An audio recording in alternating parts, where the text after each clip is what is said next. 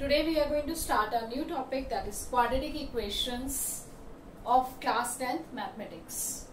Now सबसे पहले देखते हैं कि quadratic equation होती क्या है. Quadratic equation is made up of two words. First is quadratic, second is equation. Equation का मतलब क्या है?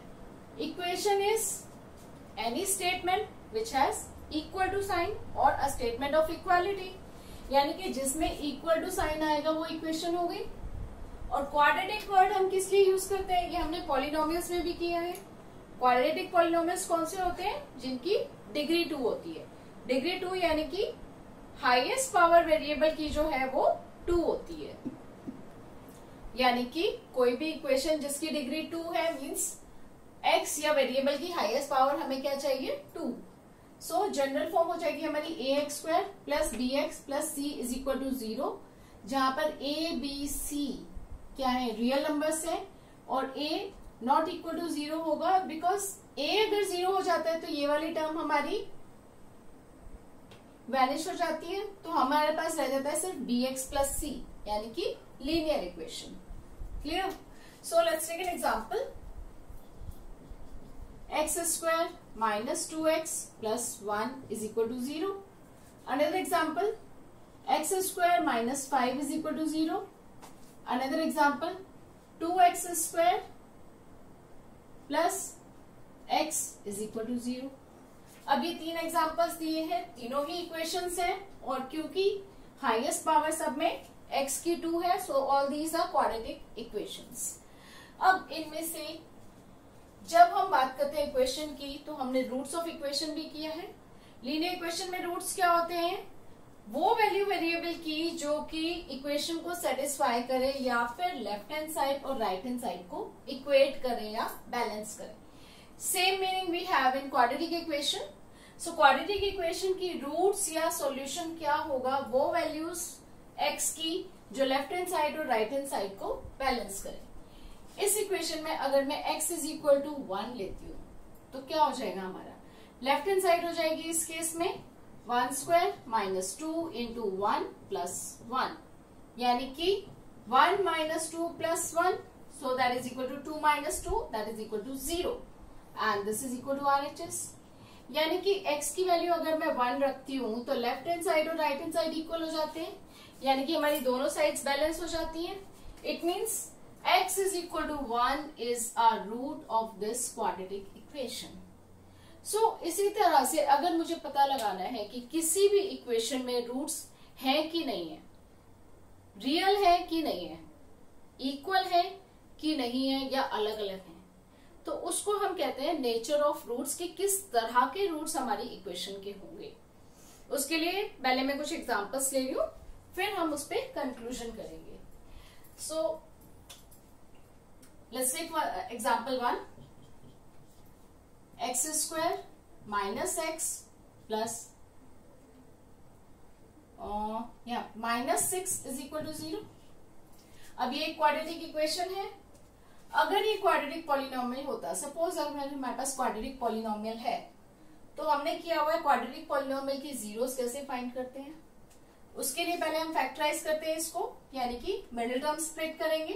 तो ये हो जाएगा हमारा x² minus 3x plus 2x minus 6, x common x minus 3 is left, 2 common x minus 3 is left, x minus 3 common x plus 2 is left. फिर हम दोनों को एक एक करके 0 के इक्वल कर देते हैं तो हमारी जीरोस आ जाती हैं. अब इस पॉलिनोमियल की जो जीरोस होंगी, यानी कि इसको 0 के इक्वल कर देंगी, तो वो क्या होंगी? इस क्वाड्रेटिक इक्वेशन की रूट्स होंगी. So zeros of this quadratic polynomial are same as roots of this quadratic equation. So method भी सेम है दोनों का. जैसे हम फैक्टराइज करके हर एक फैक्टर को 0 के इक्वल करते थे, क्वाड्रेटिक इक्वेशंस में भी हम वही करते हैं. लेफ्ट हैंड साइड में जो पॉलिनोमियल है उसको हमने फैक्टराइज किया, फिर दोनों फैक्टर्स को हम 0 के इक्वल पुट कर देते हैं. इस केस में हमारे पास x आ गया 3 या x आ गया -2. So 3 and -2 are roots of this equation. यहाँ पर हमने क्या देखा, दो रूट्स हैं हमारे पास 3 और -2 जो कि अलग अलग हैं। Let's take another example. अगर मैं लेती हूं सपोज x² -4x + 4 = 0। अब हमें पता है रूट्स निकालने के लिए क्या करना है, हमें पॉलिनोमियल को फैक्टराइज करना है। तो यहां पर आ जाएगा हमारा x² -2x + 4 = 0, या फिर x common x -2 -2 x -2 = 0। Further we can say x -2 and x -2 = 0। दो फैक्टर्स हमारे आ गए x -2 एंड x -2, इनको 0 के इक्वल करेंगे तो हमारे पास क्या आ गया, x = 2 एंड x = 2। इस केस में क्या आ गया, दो इक्वल रूट्स आ गए हमारे। तो अभी हमने दो टाइप देखे, फर्स्ट टाइप जिसमें दो डिस्टिंक्ट रूट्स आए थे, सेकेंड टाइप जिसमें दो इक्वल रूट्स आए। Let us take another example now. x² + 1 = 0। इस केस में हम अगर फैक्टराइज करना चाहें, इसको फैक्टराइज नहीं कर सकते, डायरेक्टली अगर वैल्यू फाइंड करना चाहें, x² क्या आ जाएगा, -1। अब हमारे पास कोई भी ऐसा रियल नंबर नहीं है जिसका स्क्वायर नेगेटिव हो। सो इस केस में क्या होगा, हमारे पास कोई भी रूट इस इक्वेशन की नहीं होगी जो कि रियल हो। So in this case it has no real roots. तो अभी हमने 3 केसेस देखे। तो ये हमारे पास 3 केसेस होते हैं। First case, 2 roots which are real and distinct. इस केस में 2 roots are there but real भी है और इक्वल भी है, real and equal. In this case it has no real roots. So 3 type के रूट्स हमारे पास हो सकते हैं। इन तीनों को हम कहते हैं nature of roots of the equation, means किस टाइप के रूट्स हमारे इक्वेशन के होंगे। नाउ इनको फाइंड करने के लिए अगर हम पहले रूट्स फाइंड कर रहे हैं तो it is a very tedious process. उसको इजी बनाने के लिए हम क्या करते हैं, हम एक वैल्यू फाइंड करते हैं जिसको हम कहते हैं discriminant, which is being defined as d for this is, just a minute, for this case d or discriminant denoted by capital D is defined as b² - 4ac, जहां पर b क्या है, हमारा x का कोफिशिएंट, a है हमारा x² का coefficient और c है हमारा कांस्टेंट टर्म। इस एक वैल्यू को फाइंड करने के बाद हम पता लगा सकते हैं कि किसी भी इक्वेशन के रूट्स कैसे होंगे। इन्हीं तीनों एग्जांपल्स के लिए हम डिस्कस करते हैं। अगर इस वाले केस में हम d लेते हैं तो इस केस में a है हमारा 1, b है -1, c है -6। सो d हो जाएगा b² यानी कि -1² -4 × 1 × c is -6। इस केस में आ गया 1 प्लस 24 यानी कि 25। Now this value is greater than 0। इस केस में अगर हम d फाइंड करते हैं तो d हो जाएगा b² यानी कि -4 का स्क्वायर -4 × a है 1 और c है 4। सो इस केस में आ गया -4 का square 16 -16 which is equal to 0. It means d is equal to 0 in this case. Third case, in this case b, it means x के कोई टर्म नहीं है, so x का कोफिशिएंट 0 हो गया इस केस में। so b² is 0² -4, a भी 1 है और c भी 1 है, तो ये हो गया हमारा 0 - 4 is equal to -4 which is less than 0। तो इस केस में क्या हो गया हमारा d लेस देन 0। तो अभी हमने 3 टाइप की वैल्यूज देखी d की। d ग्रेटर देन 0 तब हमारे रूट्स क्या है, real and distinct. d equal to 0 इस केस में हमारे रूट्स थे 2 roots real and equal.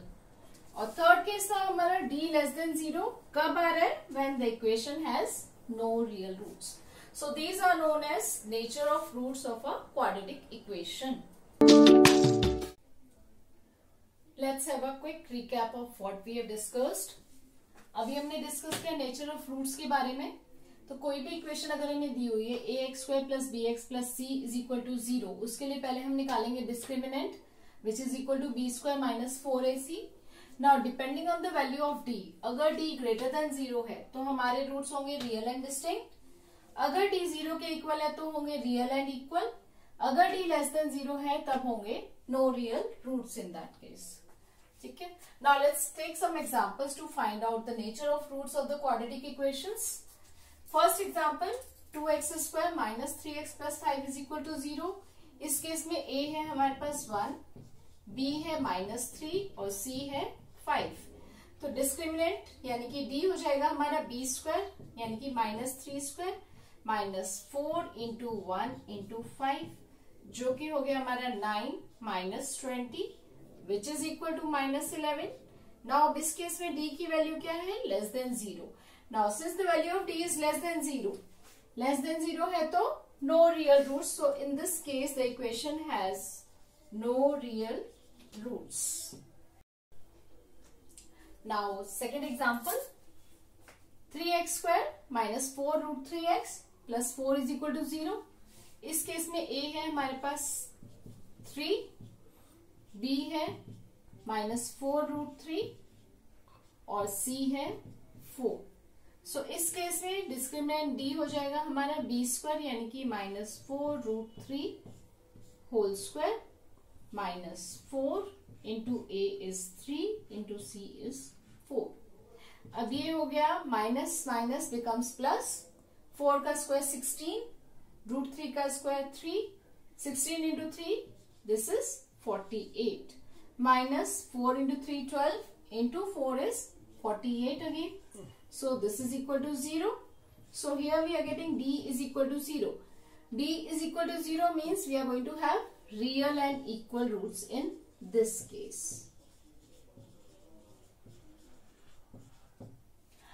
Third part, x² plus 5x minus 5 is equal to 0. इस केस में a है हमारा 1, b है 5 और c है -5. सो डिस्क्रिमिनेंट यानी कि d हो जाएगा हमारा b² means 5² minus 4 into a into c is -5. So it becomes 25 minus minus becomes plus 20 which is equal to 45. In this case d is greater than 0, so we have real and distinct roots means different roots in this case.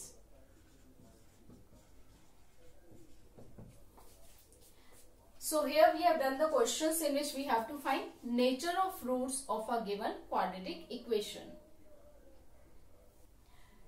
अब हम लेते हैं कुछ questions जिसमें हमें k की value find करनी है जब कुछ कंडीशंस दी हुई है. कंडीशन क्या दी हुई है इस केस में?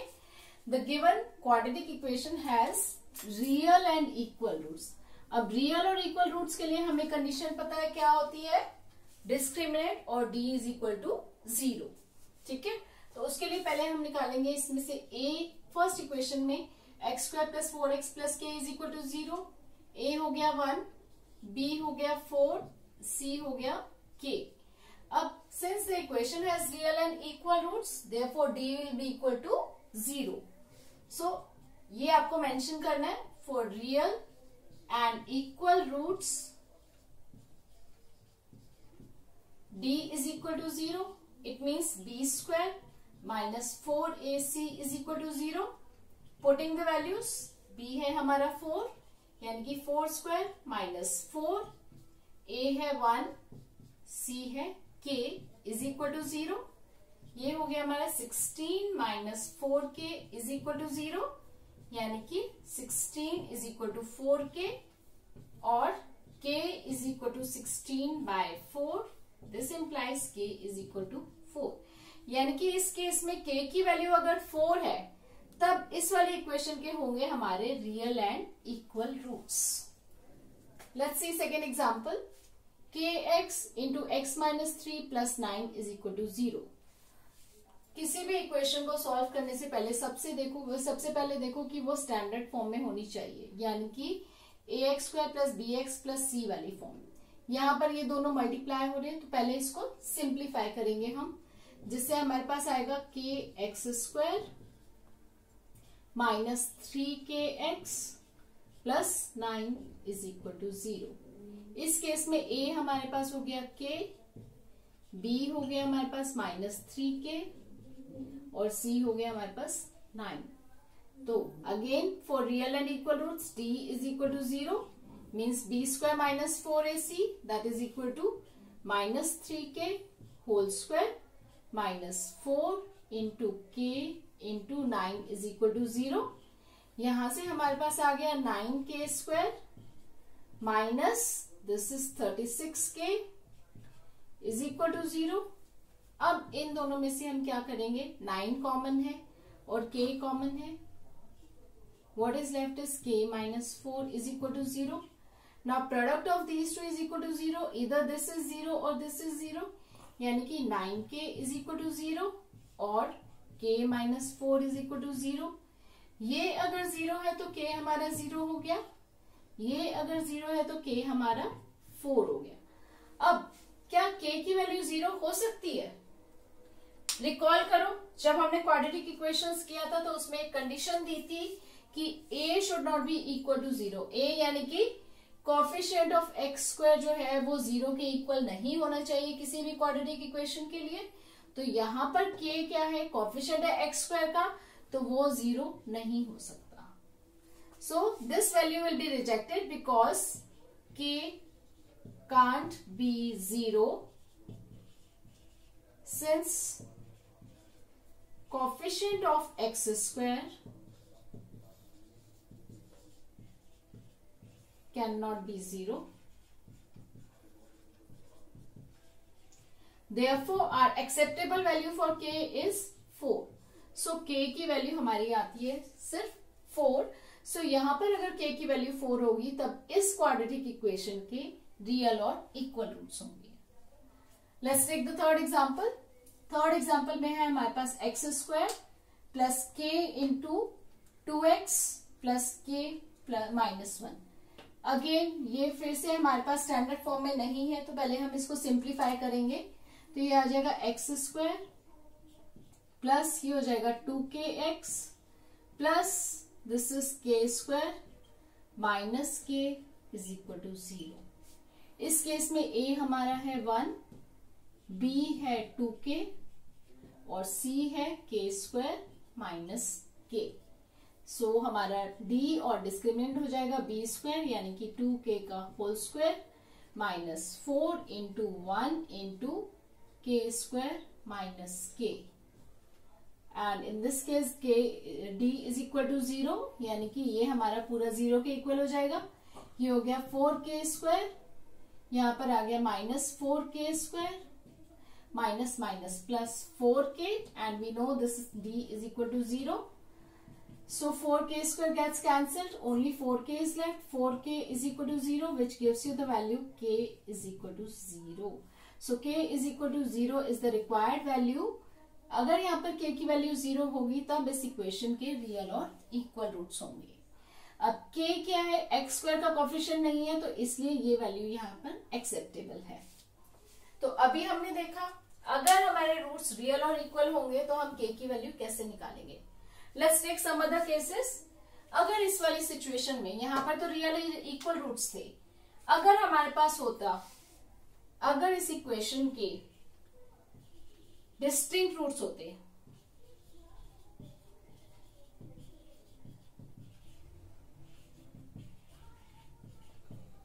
सेम इक्वेशन ले रहे हैं हम फर्स्ट वाली, अगर इस इक्वेशन के रियल और डिस्टिंक्ट रूट्स होते तो कंडीशन क्या होती है हमारी, For real and distinct roots, d is greater than 0, यानी कि b square minus 4ac is greater than 0, यानी कि 4 square minus 4 into a is 1 into k is greater than 0। इस केस में क्या हो जाएगा हमारे पास 16 minus 4k is greater than 0, यानी कि 16 is greater than 4k और we can say k is less than 4। तो ये हमारी कंडीशन आ गई when equation has real and distinct roots. अभी हमने दो सिचुएशंस देखी, फर्स्ट रियल और इक्वल रूट्स के लिए, second real and distinct roots के लिए। थर्ड केस भी कंसिडर कर लेते हैं, when equation has no real roots. अब नो रियल रूट्स में कंडीशन क्या आती है हमारी, that d is less than 0, यानी कि b square minus 4ac is less than 0। B square है यहाँ पर 4 square minus 4 into a is 1, c is k less than 0, यानी कि 16 minus 4k is less than 0। So 16 हो गया लेस देन 4k, दोनों को 4 साइड डिवाइड करेंगे, यानी कि 4 इज लेस देन k, और we can say k is greater than 4। So इस केस में हमारी कंडीशन आई k इज ग्रेटर देन 4, यानी कि k कोई भी रियल नंबर हो सकता है बट 4 से बड़ा होना चाहिए। इस केस में यहाँ पर हमारे पास आ रहा है k इज लेस देन 4, यानी कि k कोई भी रियल नंबर हो सकता है बट 4 से छोटा होना चाहिए। और अगर k 4 के इक्वल है, उस केस में हमारे आएंगे रियल एंड इक्वल रूट्स। तो यहाँ पर हमने तीनों कंडीशंस देख ली कि किस तरह से k की वैल्यू वेरी कर रही है depending on the nature of roots of the equation. Now let's take some problems based on real and equal roots again. First one, if minus 4 is root of the quadratic equation x square plus px minus 4 is equal to 0 and the quadratic equation x square plus px plus k has equal roots, find the value of k.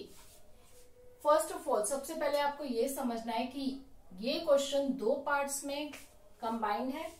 First part में वो कह रहा है -4 is root of this equation, और real और equal roots की बात कब कर रहा है वो, इसी वाली इक्वेशन के लिए सेकेंड पार्ट में।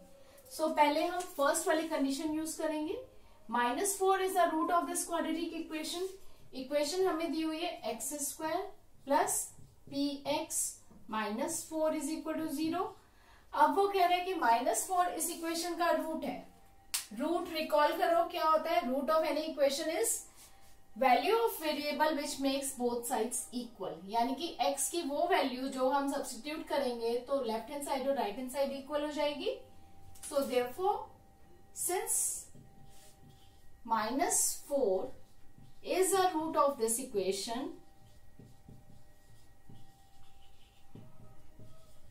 what we get is x को रिप्लेस करेंगे -4 से, -4 square plus p into -4 is equal to 0, यानी कि a इस इक्वेशन को सेटिस्फाई करेगा। अब क्या हो जाएगा हमारा 16 -4p -4 इज इक्वल टू 0। 16 -4 हमारा हो गया 12 इज इक्वल टू 4p। यहां से हमारे पास p की वैल्यू आ गई 3।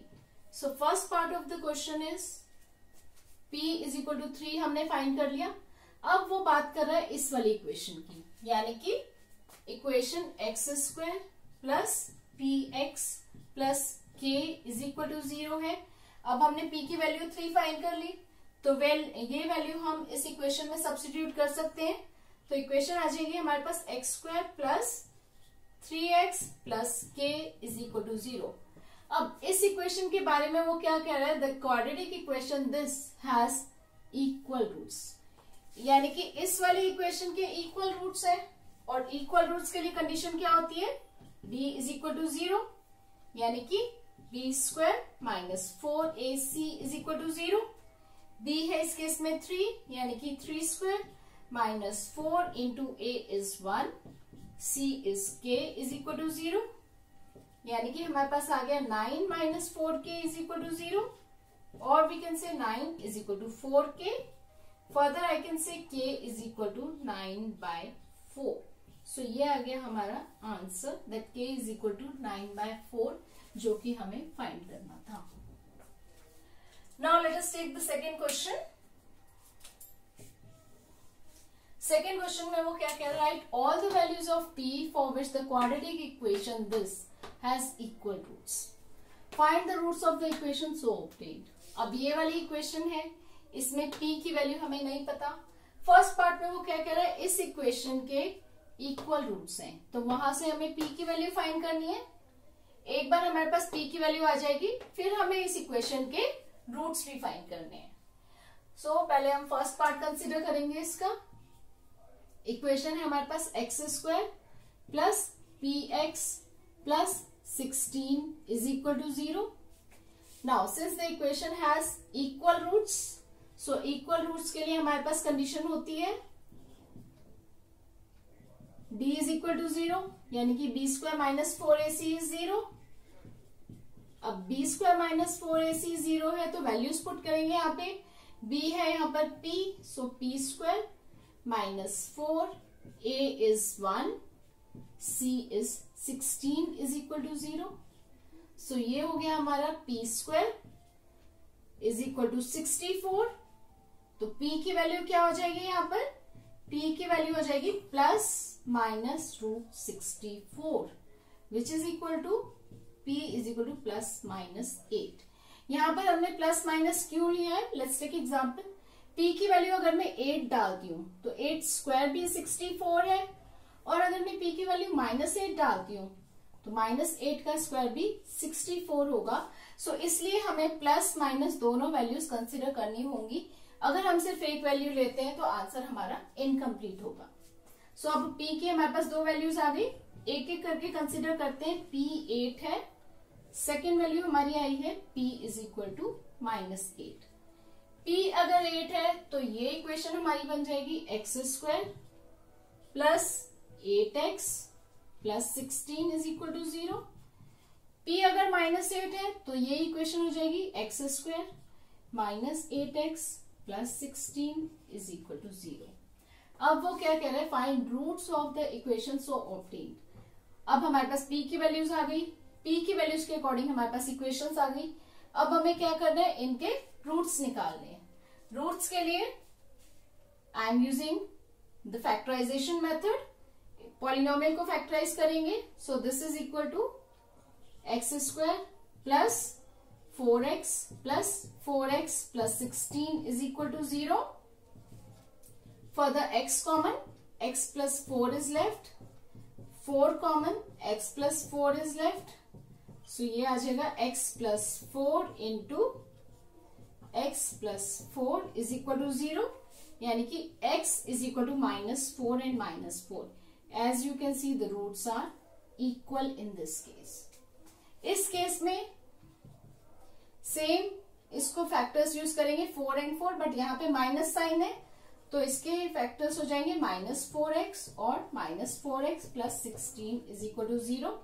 यहाँ से आ जाएगा x common, x -4 common, x -4 is left is equal to 0, यानी कि हमारे पास आ गया x -4 into x -4 is equal to 0, यानी कि x की वैल्यू आ गई 4,4।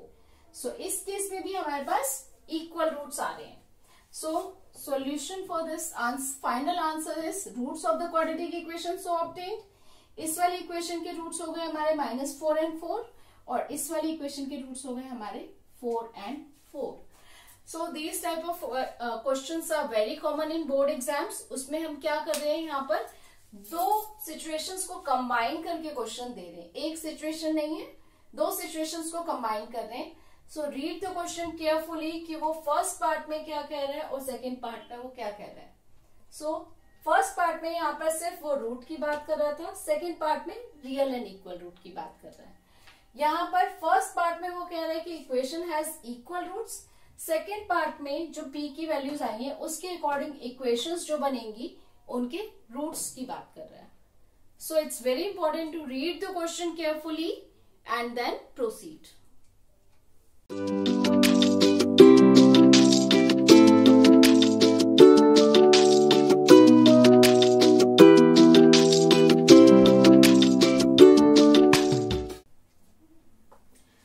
आई am taking a small derivation for quadratic formula.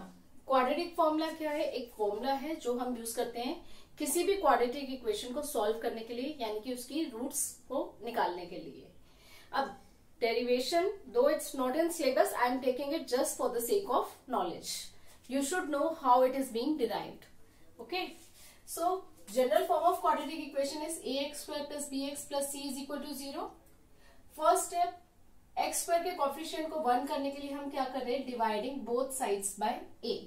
दोनों साइड्स को a से डिवाइड करेंगे तो आ जाएगा यहाँ पर हमारे पास x square plus b by a x plus c by a is equal to 0 by a, जो कि हो जाएगा 0।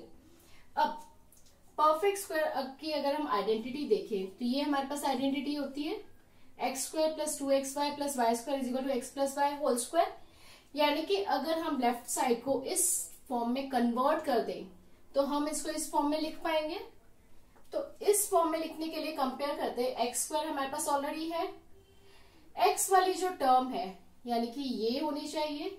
अगर हम इन दोनों को कंपेयर करें, एक्स ऑलरेडी है हमारे पास, तो ये b बाय ए जो है that should be equal to 2y, यानी कि 2y b बाय ए के इक्वल होना चाहिए, यानी कि y जो है हमारा b बाय 2a के इक्वल होना चाहिए।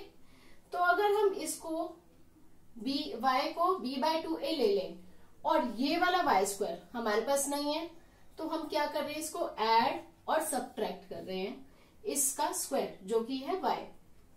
सो at this step we are adding and subtracting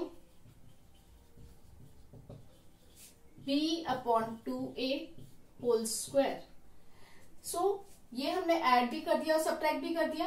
अब अगर सिर्फ हम इन तीन टर्म्स को देखें तो ये हमारी इस वाली फॉर्म में है एक्स स्क्वायर, ये हो गया हमारा वाई स्क्वायर, और ये मिडिल टर्म हो गई हमारी 2xy, क्योंकि 2y क्या है हमारा b बाय ए और x ऑलरेडी है। तो this is equal to x plus y whole square, यानी कि x आ गया हमारा यहां से, y आ गया हमारा यहां से, और साइन जो भी हमारा मिडिल टर्म का होगा वो आ जाएगा, क्योंकि यहाँ पर क्या होता है x plus y whole square is x square plus y square plus 2xy, और x minus y whole square क्या होता है x square plus y square minus 2xy। तो यहाँ पर अगर x वाली टर्म में प्लस है तो यहाँ प्लस आएगा, माइनस है तो यहाँ पर माइनस आएगा। तो ये क्या हो गया x plus b by 2a whole square. बाकी सारी टर्म्स को हम राइट साइड में ले जाएंगे तो वो हो जाएगा b upon 2a whole square minus c by a। अभी हमने जो मेथड किया है this is also known as completing of square, क्योंकि हमने इसमें क्या किया, हमारे पास लेफ्ट हैंड साइड में जो भी था उसको हमने एक स्क्वायर के फॉर्म में कन्वर्ट कर दिया। So sometimes this question is also asked in the exam, what should be added and subtracted to make it a complete square? So add subtract हमें क्या करना है, b upon 2a whole square, या फिर हम add subtract करना है या दोनों साइड में add कर रहे हैं। Clear? Now after this अगर हम इस साइड को सॉल्व करते हैं, b square upon 4a square, ये हो गया c by as it is. इसका एलसीएम अगर हम लेते हैं तो हो जाएगा b square minus 4ac upon 4a square. अब यहाँ पर था हमारा x plus b by 2a whole square, taking square root on both sides, यहाँ पर सिर्फ x plus b by 2a बच गया। यहाँ पर आ जाएगा plus minus root of this whole which is b square minus 4ac upon 4a square. अब इसको राइट साइड में ले जाएंगे तो हो जाएगा x is equal to minus b by 2a plus minus this whole b square minus 4ac। 4a square is a perfect square, so उसको root से बाहर ले आएंगे, वो हो गया हमारा 2a। अब इसका एलसीएम ले लेंगे, 2a एलसीएम हो गया तो x आ गया हमारा minus b plus minus root of b square minus 4ac, और ये होता है हमारा क्वाड्रेटिक फॉर्मूला जो कि हम यूज करते हैं किसी भी क्वाड्रेटिक इक्वेशन को सॉल्व करने के लिए डायरेक्टली, यानी कि उसके रूट्स निकालने के लिए। सो this is a simple derivation, though it's not in syllabus, but for the sake of knowledge it has been included in this video so that you have a brief knowledge ki how this formula is derived and about this completing the square method also. Completing the square is again another method for solving a quadratic equation, जिसमें हम क्या करते हैं, left hand side को कुछ add subtract करके हम किसी एक्सप्रेशन के स्क्वायर के फॉर्म में कन्वर्ट कर देते हैं, फिर अगेन दोनों साइड स्क्वायर रूट लेके उसको सॉल्व कर देते हैं। That's it.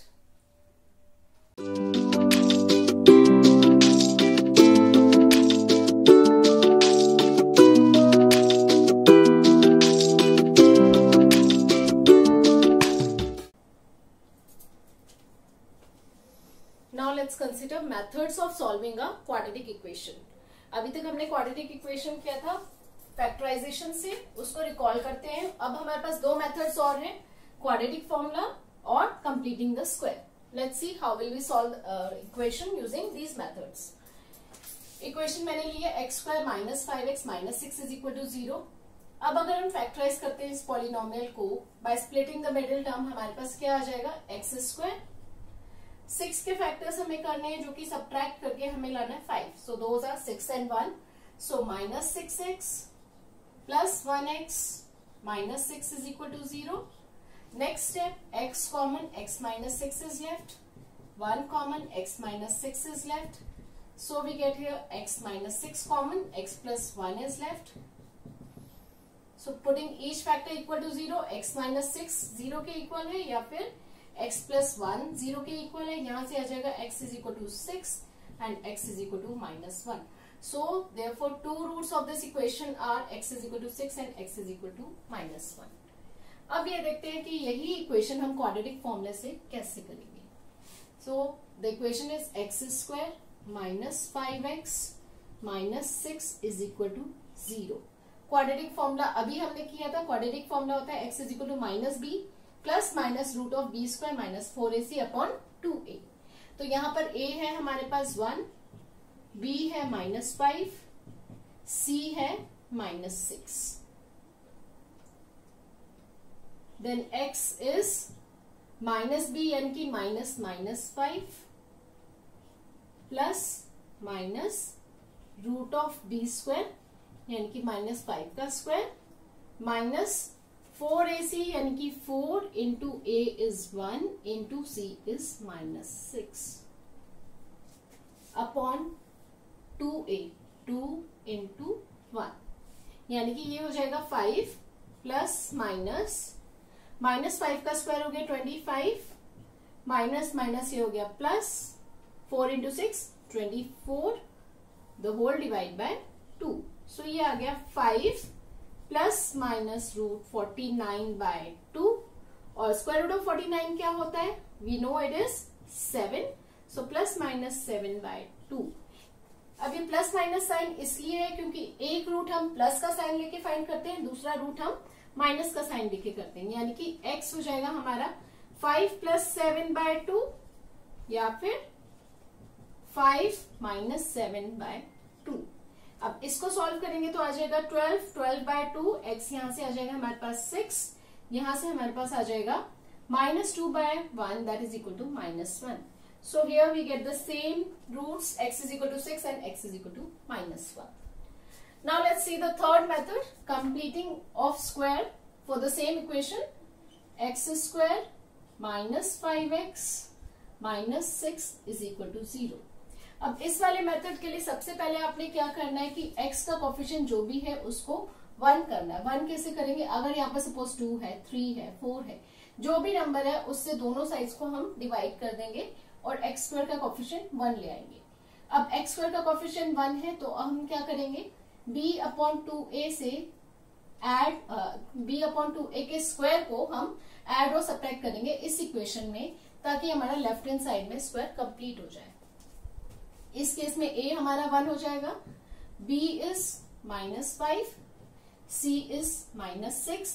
So b upon 2a हमारा हो जाएगा यहाँ पर माइनस 5 बाय 2 इंटू 1 यानी कि माइनस 5 बाय 2 और b अपॉन 2a का होल स्क्वायर हमें ऐड सब्ट्रैक्ट करना है जो कि हो जाएगा माइनस 5 बाय 2 का स्क्वायर.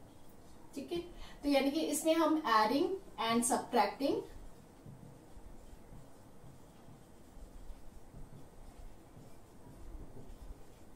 b बाय 2a यानी कि माइनस 5 बाय 2 का स्क्वायर. तो हमारे पास आ जाएगा यहाँ पर x square minus 5x plus minus 5 by 2 का स्क्वायर माइनस माइनस 5 बाय 2 का square minus 6 is equal to 0. अब इस वाले एक्सप्रेशन को अगर हम देखें फर्स्ट 3 टर्म्स को, तो ये है a square plus b square minus 2ab वाली फॉर्म. यानी कि यहां से मेरे पास आ जाएगा a साइन आएगा हमारे पास x वाली टर्म से और b वाली टर्म आएगी यहां से, यानी कि 5 बाय 2. अब इसमें हम साइन हम यहाँ पर कंसीडर कर लेते हैं, तो यहाँ पर हम साइन नहीं कंसीडर करेंगे। ये हो गया a माइनस बी का होल स्क्वायर, और ये इन दोनों टर्म्स को हम राइट साइड में ले लेंगे, तो ये हो जाएगा 5/2 का स्क्वायर यानी कि 25/4 प्लस 6। नाउ अब राइट साइड को अगर हम सॉल्व करेंगे 25 plus 24 that is 49/4। Now left hand side is x minus 5/2 का square, taking square root on both sides, x minus 5/2 is equal to plus minus इसका स्क्वायर रूट आ जाएगा 7/2, यानी कि x हमारा आ जाएगा 5/2 प्लस माइनस 7/2।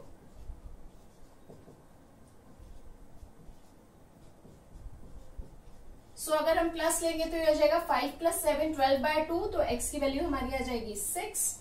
अगर हम माइनस लेते हैं तो ये हो जाएगा 5 माइनस 7 यानी कि -2/2 दैट इज इक्वल टू -1। सो इस केस में भी हमारे सेम रूट्स आ रहे हैं, x is equal to 6 and -1। So हमारे पास अब 3 मेथड्स हैं किसी भी क्वाड्रेटिक इक्वेशन को सॉल्व करने के लिए। So you must have seen that कि as compare to these 2 methods are much easier.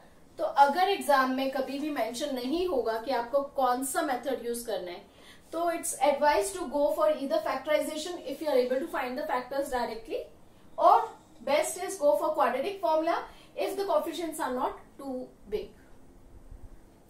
Okay.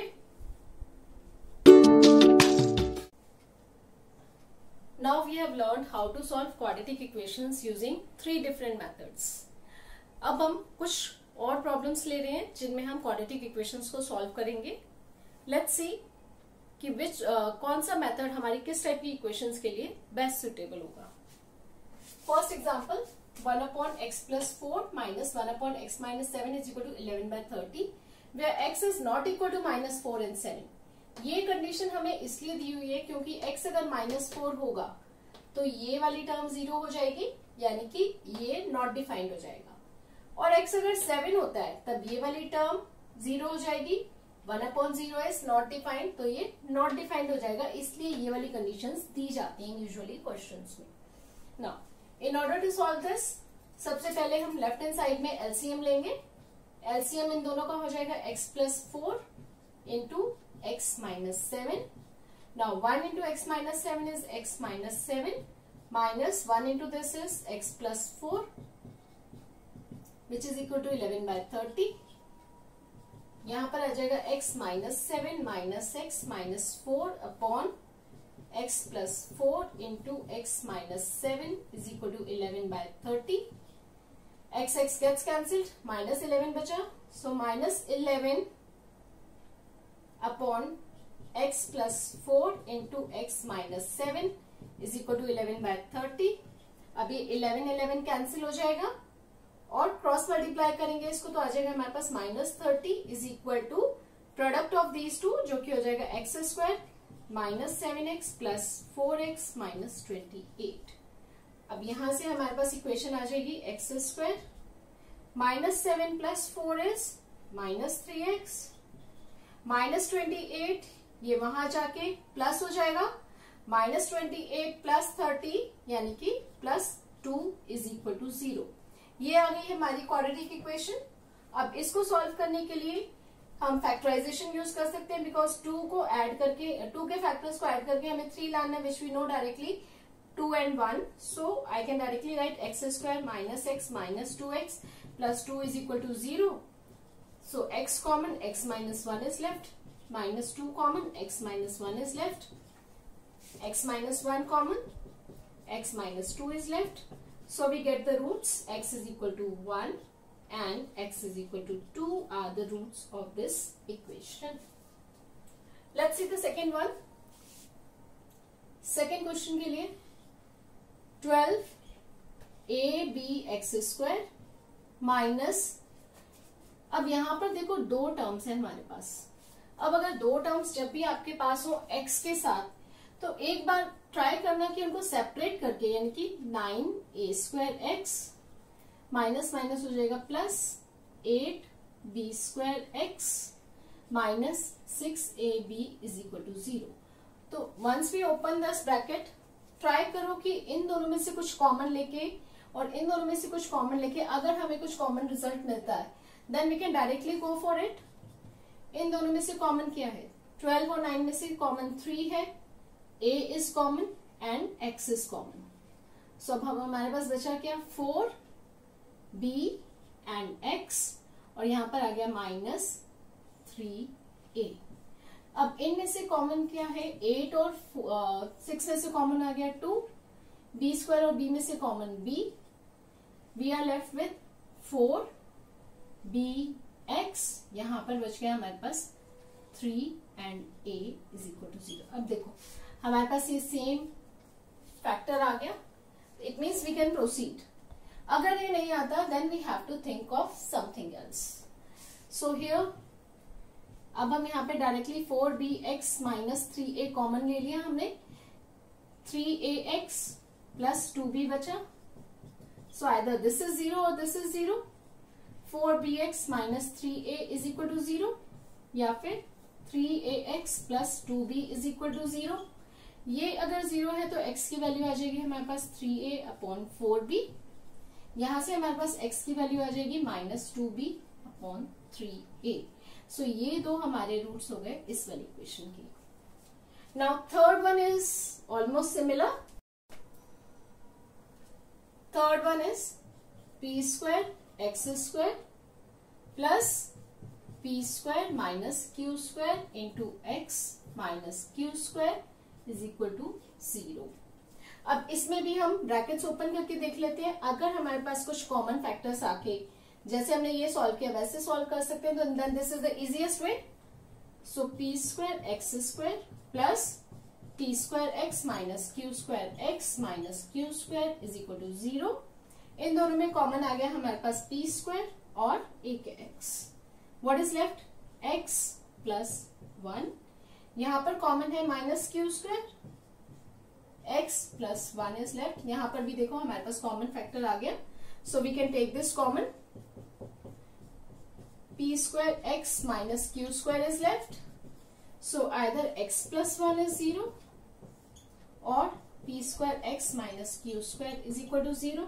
ये अगर 0 है तो x आ गया हमारे पास -1, ये 0 है तो x आ गया हमारे पास q square by p square.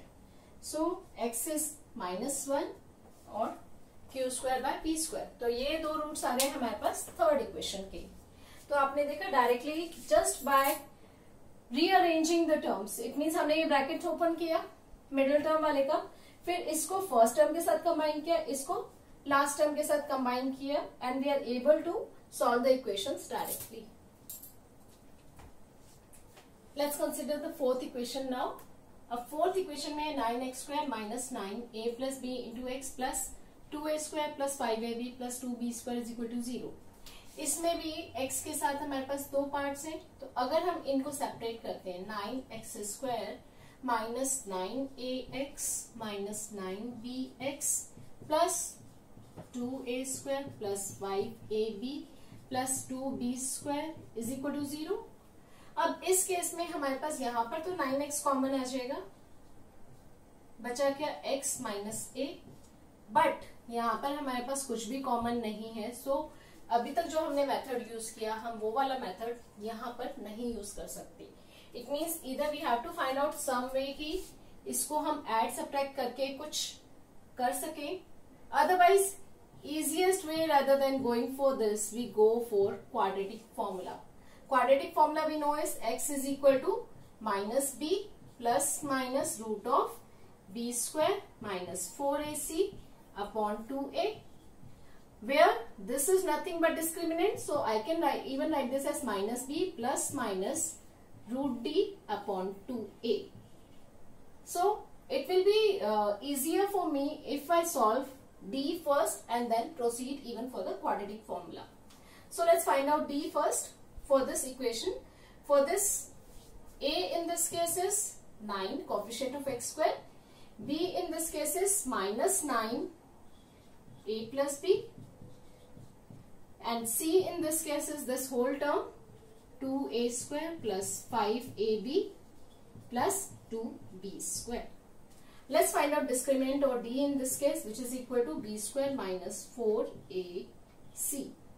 b b square हो जाएगा हमारा square of this -9 a plus b का whole square, -4 into a is 9 into c is this whole, that is 2a square plus 5ab plus 2b square.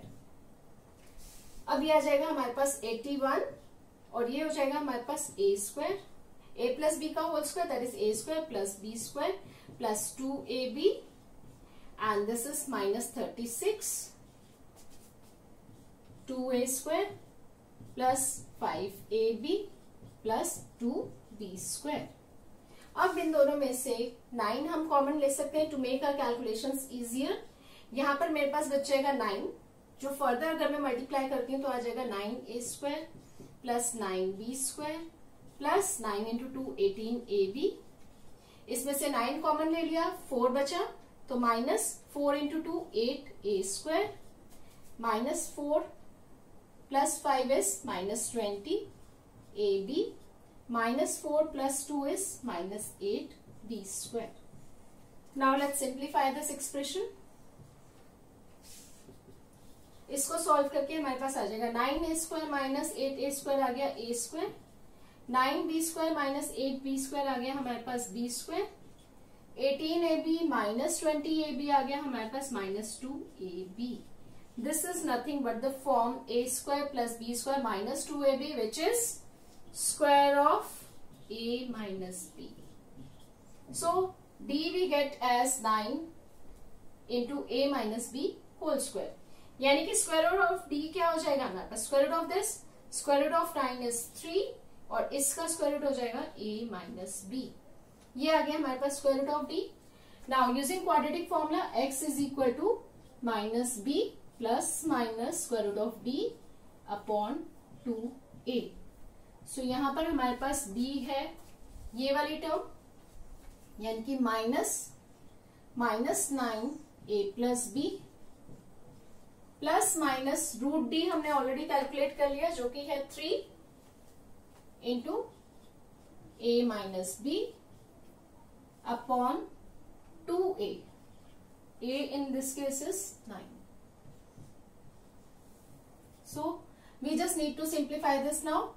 Minus minus plus हो जाएगा. So this is 9a plus 9b plus minus 3a minus 3b upon 2 into 9 is 18. So first time हम positive ले लेते हैं तो x हो जाएगा हमारा 9a plus 9b plus 3a minus 3b upon 18, जो कि हो जाएगा हमारा 9 प्लस 3 12a. ये हो जाएगा हमारा प्लस 6b अपॉन 18. इसमें से 6 कॉमन है, 6 कॉमन लेके कैंसिल कर देंगे डिनोमिनेटर के साथ तो आ जाएगा 2a प्लस b अपॉन 3.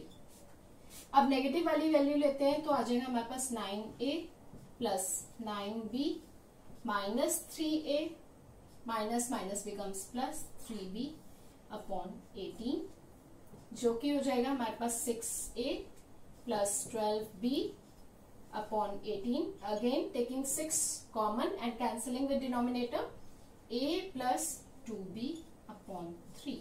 यानी कि इस केस में हमारे पास रूट्स क्या आ गए 2a plus b by 3 and a plus 2b by 3. Now let's take the fifth part. अब इसमें हमारे पास है 1/2a plus b plus 2x और यहाँ पर है हमारे पास 1/2a plus 1/b plus 1/2x. अब इस टाइप के क्वेश्चन को सॉल्व करने के लिए ट्रिक क्या होती है कि 2x वाली टर्म हम लेफ्ट साइड में ले आएंगे तो हो जाएगा हमारे पास 1/2a plus b plus 2x minus 1/2x is equal to 1/2a plus 1/b. Now we take LCM on both sides and simplify.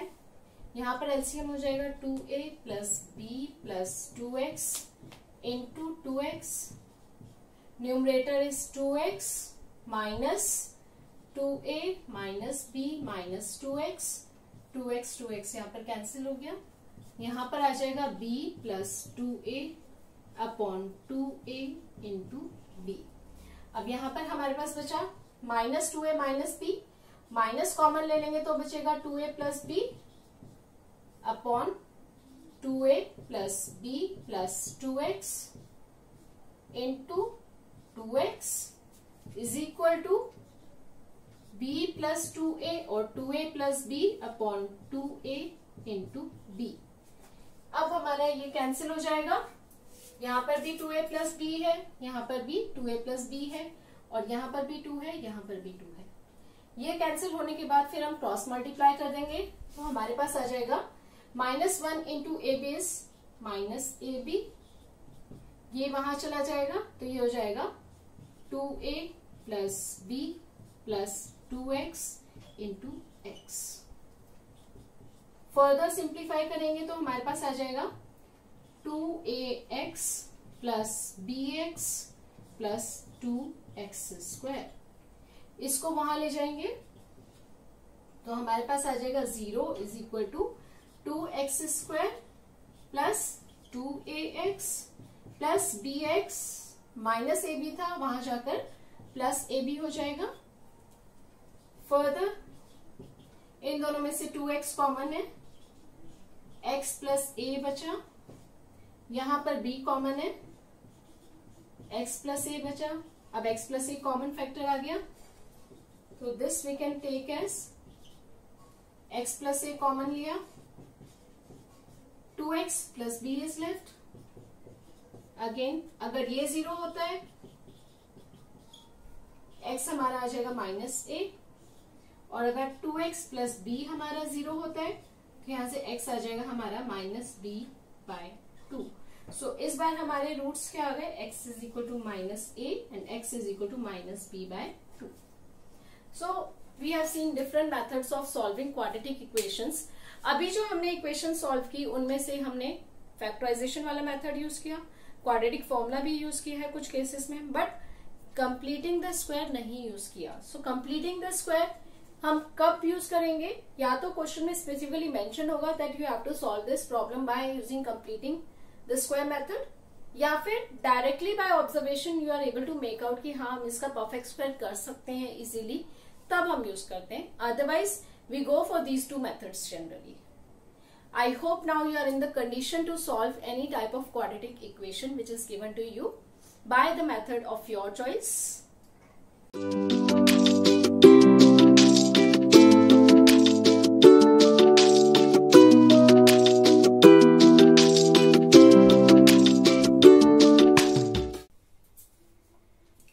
अभी तक हमने देखा कि क्वाड्रेटिक इक्वेशंस को कैसे सॉल्व करते हैं, उसकी रूट्स कैसे निकालते हैं। अब हम लेंगे कुछ प्रॉब्लम्स रूट्स पर बेस्ड, यानी कि क्वाड्रेटिक इक्वेशंस की रूट्स पर बेस्ड। उससे पहले कुछ कॉन्सेप्ट्स देख लेते हैं। अब क्योंकि ये क्वाड्रेटिक इक्वेशन है, the concepts are similar to quadratic polynomials which we have already read. First one is if alpha is a root of the quadratic equation ax square plus bx plus c is equal to 0, then a into alpha square plus b into alpha plus c is equal to 0। इसका मतलब क्या है, alpha अगर हमारा एक root है equation का, alpha root है, इसका मतलब क्या हुआ कि अगर हम x को अल्फा से रिप्लेस कर दें तो वो लेफ्ट हैंड साइड और राइट हैंड साइड को इक्वेट कर देगा, बैलेंस कर देगा। Simple meaning. सो ये हम कहाँ यूज करेंगे ये वाला कॉन्सेप्ट, इस टाइप के क्वेश्चंस में जहां हमें दिया हुआ है if x is a root of the quadratic equation. यहाँ पर डायरेक्टली हमें दिया हुआ है x is equal to 3 is a root of quadratic equation. अब ये रूट है तो यानी कि अगर हम x को रिप्लेस कर दें 3 से तो ये दोनों साइड को बैलेंस कर देगा। यानी कि हम क्या करेंगे, फर्स्ट वाले में since x is equal to 3 is a root of the equation given equation, so x को रिप्लेस कर देंगे 3 से तो आ जाएगा हमारे पास 3 square minus 2k into 3 minus 6 is equal to 0। यानी कि हमारे पास क्या आ गया 9 minus 6k minus 6 is equal to 0, यानी कि 3 इज इक्वल टू 6k, और we can say k is equal to 3 by 6 और the value of k is 1 by 2, जो कि हमें इस क्वेश्चन में निकालनी है। सो यहाँ पर हमने सिंपली क्या किया, सिर्फ ये फर्स्ट वाला कॉन्सेप्ट यूज किया। अगर अल्फा रूट है तो वो इक्वेशन को सेटिस्फाई करेगा। Now, other two concepts. Alpha beta are roots of the equation ax square plus bx plus c is equal to 0. Then sum of roots is equal to minus b by a. Product of roots is equal to c by a. These concepts are similar to the one we have done in quadratic polynomials. Third point क्या कह रहा है? To find quadratic equation whose roots are alpha and beta. अब हमें roots दिए हुए alpha और beta और हमें क्वाड्रेटिक इक्वेशन निकालनी है. तो हम क्या पहले क्या करेंगे? अल्फा बीटा से सम ऑफ रूट्स निकाल लेंगे और प्रोडक्ट ऑफ रूट्स निकाल लेंगे. फिर सिंपली हमारा इक्वेशन हो जाएगा x square minus sum of roots into x plus product of roots is equal to 0, which is x square minus alpha plus beta into x plus alpha beta is equal to 0. Okay, now let's take the second problem. If alpha and beta are roots of this equation and 2 alpha plus 5 beta is equal to -1, find the value of a. अब ये क्या कह रहा है question में? Alpha beta क्या है? Roots है इस इक्वेशन के. इक्वेशन हमें दी हुई है x square plus 5x plus a is equal to 0. So इस वाली इक्वेशन के अगर अल्फा बीटा रूट्स हैं तो सम ऑफ रूट्स क्या हो जाएगा? सेकेंड पॉइंट चेक करो, माइनस बी बाय ए, यानी कि यहाँ पर आ गया -5/1 विच इज -5. और product of roots alpha beta क्या हो जाएगा? c बाय ए, जो कि है a/1 इन दिस केस. ये हमारे पास रिजल्ट आ गया कॉन्सेप्ट से. और नेक्स्ट आ जाता है हमारे पास 2 alpha plus 5 beta is equal to -1. ये हमें दिया हुआ है. इससे हमें 2 alpha plus 5 beta is equal to -1. अब यहां से हमें क्या करना है? हमें अल्फा बीटा की वैल्यू निकालनी है, तभी हमारे पास a की वैल्यू आएगी. उसके लिए हम क्या कर सकते हैं? Let's take it here. 2 alpha plus 5 beta, इसको हम कैसे लिख सकते हैं? इसको मैं लिख सकती हूँ 2 अल्फा प्लस 5 बीटा को मैं ब्रेक कर सकती हूँ 2 beta plus 3 beta is equal to -1. ये मैंने क्यों किया है? क्योंकि 5 बीटा की वैल्यू मुझे नहीं पता, 2 अल्फा प्लस 5 बीटा की वैल्यू नहीं पता. बट अगर मैं 2 अल्फा और 2 बीटा ले लूं तो इनमें से 2 कॉमन लिया जा सकता है. अब बच गया अल्फा प्लस बीटा जिसकी वैल्यू हमें पता है. So plus 3 beta is equal to -1. Alpha plus beta की वैल्यू है -5. So 2 into -5 plus 3 beta is equal to -1. यहां से आ गया हमारे पास -10 plus 3 beta is equal to -1, यानी कि 3 बीटा कितना आ गया? -1 plus 10 which is equal to 9. यहां से हमारे पास बीटा की वैल्यू आ गई 9/3 विच इज इक्वल टू 3. सो यहां से हमारे पास बीटा की वैल्यू आ गई. और अल्फा प्लस बीटा हमें पता है -5 है. Alpha plus beta is equal to -5. So यहाँ पर अगर बीटा की वैल्यू डालेंगे alpha plus 3 is equal to -5, यहां से हमारे पास अल्फा आ जाएगा -3 -5 -8. बट हमें निकालनी किसकी वैल्यू है? हमें निकालनी है वैल्यू a की, जो कि इक्वल है अल्फा बीटा की. तो अब a क्या हो जाएगा हमारा? Alpha beta. अल्फा की वैल्यू हमने निकाली है -8 और बीटा की वैल्यू आई है 3. सो -8 इंटू 3, a की वैल्यू हो जाएगी हमारी -24, which is the required answer. Now let's come to the third question. Third question में वो क्या कह रहा है? Alpha and beta are roots of this equation. एक इक्वेशन दी हुई है हमें x square plus 5x plus 5 is equal to 0. Alpha beta क्या है? इस वाली इक्वेशन के रूट्स है. अब अल्फा बीटा इस इक्वेशन के रूट्स है, यानी कि सम ऑफ रूट्स क्या हो जाएगा हमारा? -b/a -5. और प्रोडक्ट ऑफ रूट्स हमारा ये हो जाएगा c/a विच इज 5. अब वो क्या कह रहा है? Find the equation whose roots are alpha plus 1 and beta plus 1. यानी कि हमें कोई दूसरी इक्वेशन निकालनी है जिसके रूट्स हमें अल्फा प्लस 1 और बीटा प्लस 1 दिए हुए हैं. अब हमें अल्फा प्लस 1 और बीटा प्लस 1 तो दिया हुआ है, अल्फा बीटा की वैल्यू नहीं दी हुई. तो उसके लिए हम क्या करेंगे? हम इस रिजल्ट को यूज करेंगे. So now for the new equation, अब नई इक्वेशन बनाने के लिए हमें क्या चाहिए? सम ऑफ रूट्स और प्रोडक्ट ऑफ रूट्स. अगर हमें पता है तो हम इसी फॉर्मूले से डायरेक्टली इक्वेशन निकाल सकते हैं. तो हम क्या करेंगे? सम ऑफ रूट्स निकालेंगे उसकी और प्रोडक्ट ऑफ रूट्स निकालेंगे। So for new equation sum of roots क्या हो जाएगा, इसकी रूट्स दी हुई है alpha plus 1 and beta plus 1। So sum of roots हो जाएगा alpha plus 1 plus beta plus 1, और इन दोनों का सम कितना हो जाएगा, alpha plus beta plus 2। Alpha plus beta हमारे पास -5 है, तो ये हो जाएगा हमारे पास -5 plus 2 which is equal to -3। अब हमें फाइंड करना है product of roots. Product of roots क्या होगा इस केस में, ये दोनों रूट्स हैं तो इन दोनों का product alpha plus 1 into beta plus 1। अब इनका प्रोडक्ट क्या हो जाएगा, मल्टीप्लाई करेंगे दोनों को, alpha beta plus alpha, 1 into beta is beta, 1 into 1 is 1। अब यहां पर हमारे पास वैल्यूज यूज हो रही है अल्फा बीटा और alpha plus beta. Alpha beta की वैल्यू है हमारे पास 5 plus alpha plus beta, alpha plus beta की वैल्यू है -5 प्लस 1। ये दोनों कैंसिल हो जाएंगे, फाइनल वैल्यू आ गई हमारी 1। नाउ क्वाड्रेटिक इक्वेशन, ये वाला फॉर्मूला हम यूज करेंगे, x² minus sum of roots into x plus product of roots is equal to 0।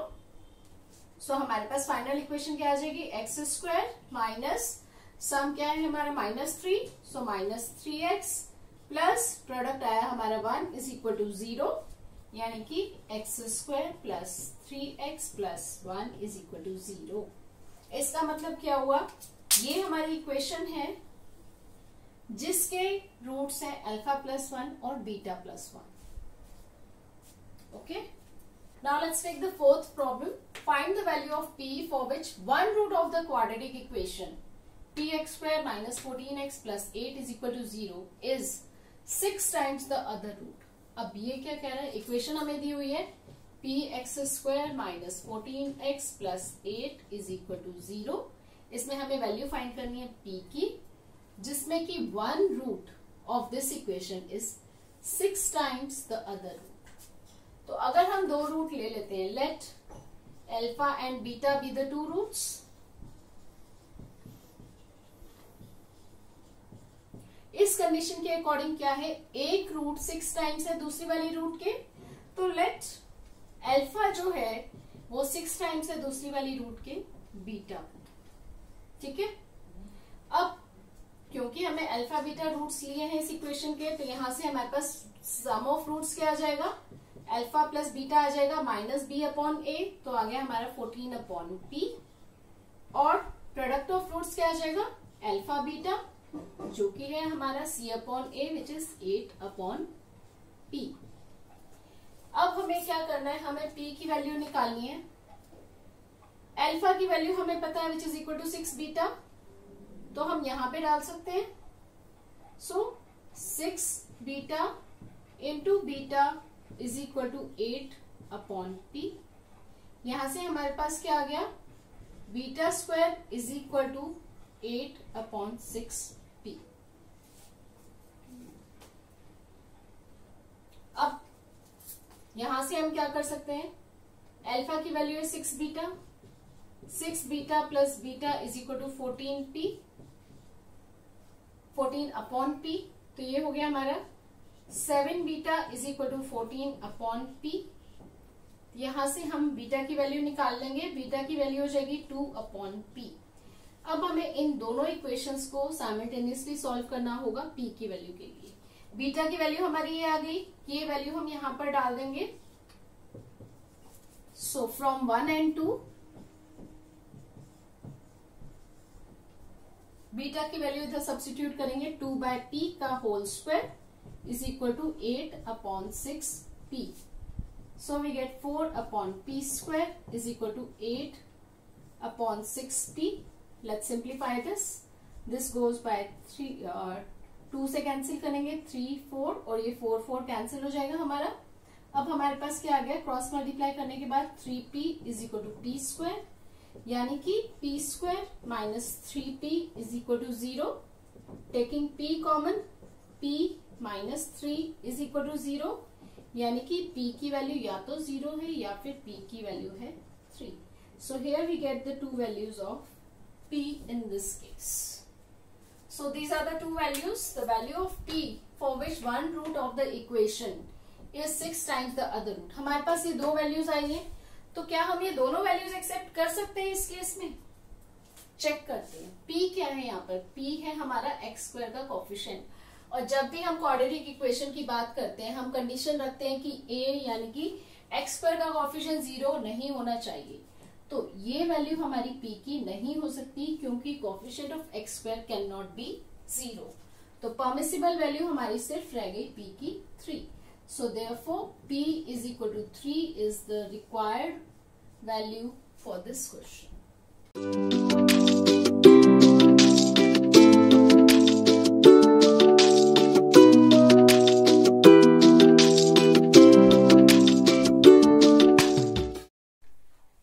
Now let's take some word problems based on quadratic equations.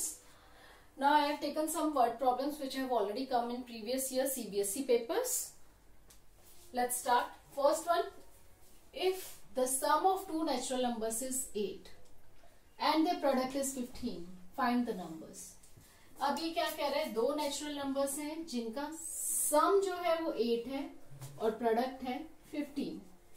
So first of all, let's assume the two numbers be x and y.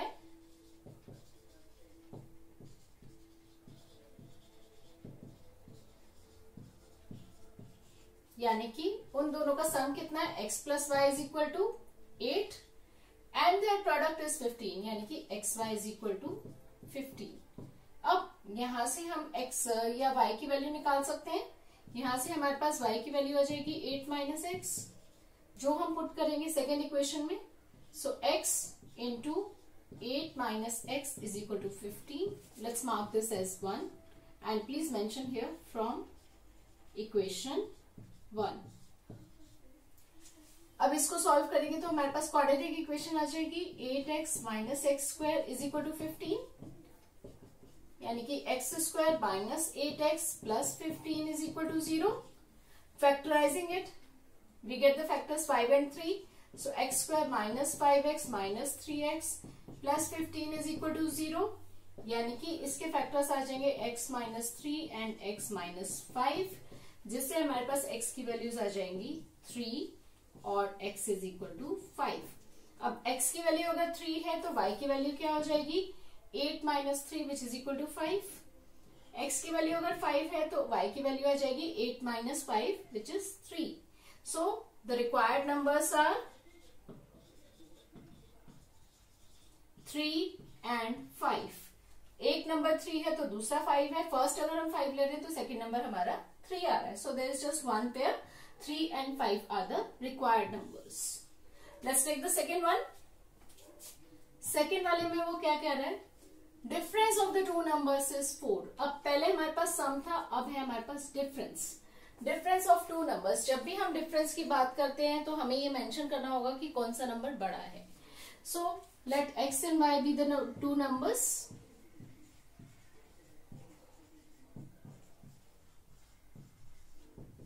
और उसमें से x हम ले लेते हैं y से बड़ा. तो डिफरेंस की बात जब हम कर रहे हैं तो x minus y will be the difference which is equal to 4. So this gives you first equation. तो फर्स्ट इक्वेशन आ गई हमारी x minus y is equal to 4. यहां से हम ले सकते हैं x की वैल्यू y प्लस 4 या 4 प्लस y. अब सेकेंड स्टेटमेंट क्या कह रही है? If the difference of there reciprocals is 4 by 21. Difference of there reciprocals यानी कि हम बात कर रहे हैं 1 by x and 1 by y की. अब difference of there reciprocals is 4 by 21 जो कि पॉजिटिव नंबर है, यानी कि जिसमें से हम सब्ट्रैक्ट कर रहे हैं वो बड़ा होना चाहिए. अब यहाँ पर x अगर y से बड़ा है तो 1 by y will be greater than 1 by x. क्यों? Let's take an example. Suppose मैं लेती हूँ 3 विच इज ग्रेटर देन 2. अब इनका अगर मैं रेसिप्रोकल्स लूं 1 by 3 और 1 by 2 तो कौन सा बड़ा होगा? 1 by 3 अप्रोक्सीमेट वैल्यू आती है 0.333 यानी कि 0.3 बार, और 1.2 की अप्रोक्सीमेट की वैल्यू आती है 0.5. कौन सा बड़ा है इसमें? ये वाला, यानी कि x अगर y से बड़ा है तो 1/x 1/y से छोटा होगा, यानी कि इन दोनों में से बड़ा कौन सा होगा, ये वाला। So same concept goes here, अगर हमारा x y से बड़ा है तो 1/x will be smaller than 1/y। सो जब हम इन दोनों का डिफरेंस ले रहे हैं, और डिफरेंस क्योंकि पॉजिटिव नंबर है तो बड़े वाले में से हम छोटा वाला सब्ट्रैक्ट करेंगे, तब आ जाएगा हमारा 1/y minus 1/x is equal to the difference 4/21। Now we take LCM, या उससे पहले हम क्या कर सकते हैं, x की वैल्यू सब्स्टिट्यूट कर देते हैं। So this is equal to 1/y minus 1/y plus 4 is equal to 4/21 from equation 1।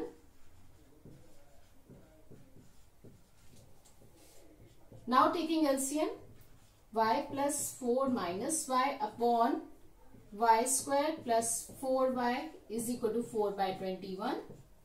ये दोनों कैंसिल हो जाएंगे, 4 बचेगा। So it becomes 4 upon y square plus 4y is equal to 4/21।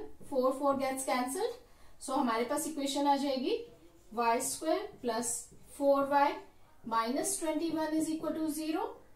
यहां से फैक्टर्स आ जाएंगे हमारे पास 21 के फैक्टर्स, जिनको सब्ट्रैक्ट करके 4 लाना है, दैट इज 7 and 3। सो y square plus 7y minus 3y minus 21 is equal to 0। यहां से हमारे पास y की वैल्यू आ जाएगी या तो -7 या फिर y की वैल्यू हमारे पास आ जाएगी 3। अब y अगर -7 है तो x की वैल्यू क्या आएगी, यहां से आएगी हमारे पास x की value. Let me just rub this part.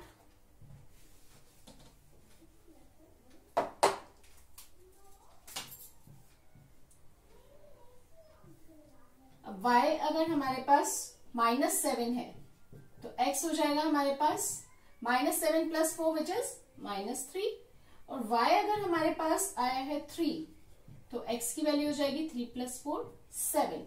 तो यहां पर हमारे पास दो पेयर्स आ रहे हैं, -7 -3 या फिर 3 and 7। So we have two pair of answers in this case, -7 -3 और 3 and 7। Let's take the third problem now. The difference of squares of two numbers is 180. The square of the smaller number is 8 times the larger number. Find the two numbers. अब यहाँ पर फिर हमारे पास दो numbers की बात हो रही है, और difference of squares of two numbers, let the two numbers be x and y।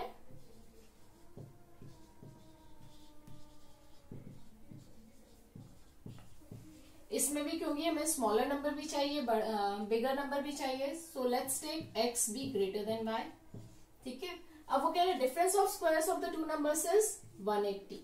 Square of x is x square, square of y is y square. क्योंकि हमने x को y से बड़ा लिया है तो difference x square minus y square हमारा हो जाएगा 180। ये हो गई हमारी एक इक्वेशन। नेक्स्ट वो कह रहे हैं the square of the smaller number. Smaller number हमारा है यहाँ पे y, सो इसका स्क्वायर किसके इक्वल है, 8 times the larger number. Larger number है हमारा x, यानी कि y स्क्वायर इक्वल है 8x के। तो अब इसमें हमारे पास दो इक्वेशंस आ गई, फर्स्ट एंड सेकंड। अब इसमें इजी क्या रहेगा कि सेकंड वाली इक्वेशन को हम फर्स्ट में सब्स्टिट्यूट करते हैं। So substituting equation 2 in equation 1।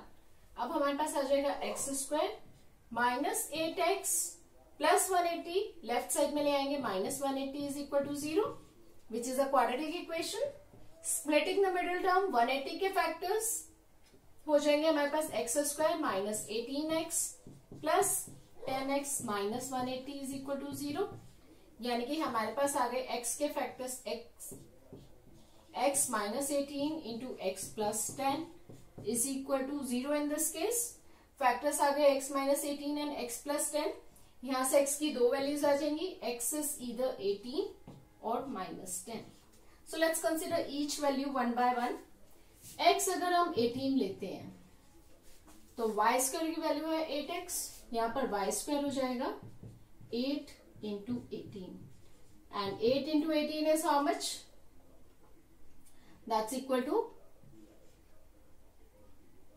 144. And 144 is square of 12. So y हमारे पास आ जाएगा +-12. यानी कि x की वैल्यू अगर हम 18 लेते हैं तो y की वैल्यू 12 हो जाएगी, या फिर x की वैल्यू अगर हम 18 लेते हैं तो y की वैल्यू -12 आ जाएगी. तो अभी तक हमारे पास ये दो आंसर आए. अब हम सेकेंड वैल्यू चेक करते हैं x की, जो है -10. Now if x is equal to -10, let's take if here also. x अगर -10 है तो y स्क्वायर हो जाएगा 8 इंटू -10, जो कि हो गया हमारे -80. अब y क्या है? x and y, we are talking about numbers, we are talking about real numbers. कोई भी रियल नंबर हो उसका स्क्वायर हमेशा पॉजिटिव होगा, चाहे नेगेटिव हो या पॉजिटिव हो, रैशनल हो, इरेशनल हो. बट यहां पर वो क्या कह रहा है? y square is -80. Square of y is negative, which is not possible in case of real numbers. So here we mention the reason. Since square of a real number is always positive,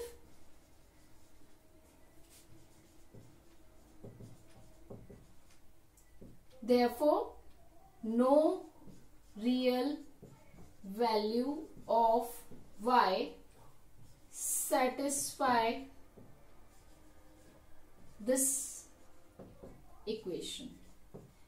यानी कि इससे हमारे पास कोई भी solution नहीं आएगा. तो जो हमारे पास सॉल्यूशंस हैं यही रहेंगे, यानी कि दो नंबर्स 18 या 12 होंगे, या 18 and -12 in this case. Now let's take the fourth problem, which says sum of areas of two squares is 468. If the difference of their perimeters is 24, find the sides of the two square. हमें find क्या करना है? दो square दिए हुए हैं, उनकी sides find करनी है. और कंडीशन क्या दी हुई है? उनके एरियाज का सम दिया हुआ है हमें 468, और पेरीमीटर्स का डिफरेंस हमें दिया हुआ है 24 मीटर. सो सबसे पहले हम एज्यूम कर लेते हैं, let sides of the two squares B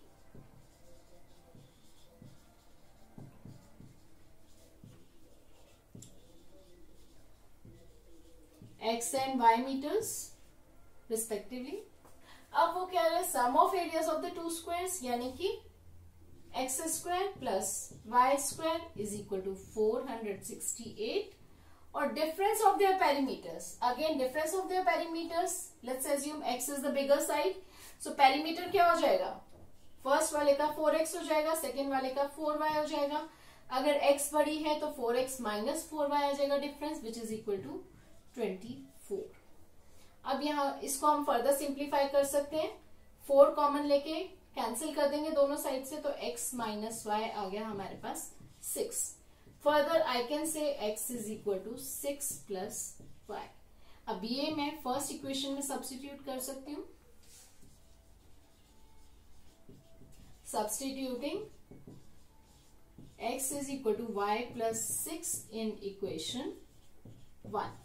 तो मेरे पास इक्वेशन आ जाएगी 6 plus y whole square plus y square is equal to 468. Here this is of the form a plus b whole square, जो आ जाएगा a स्क्वायर यानी कि 36 plus b square is y square plus 2ab is 2 into this. 2 into 6 is 12 into y is 12y plus y square is equal to 468. अब हमारे पास आ जाएगा y square plus y square हो गया 2y स्क्वायर प्लस 12y. इसको यहां ले आएंगे तो ये हो जाएगा 36 माइनस 468. सो 468 में से 36 क्या आ जाएगा? 432. So this is equal to 0.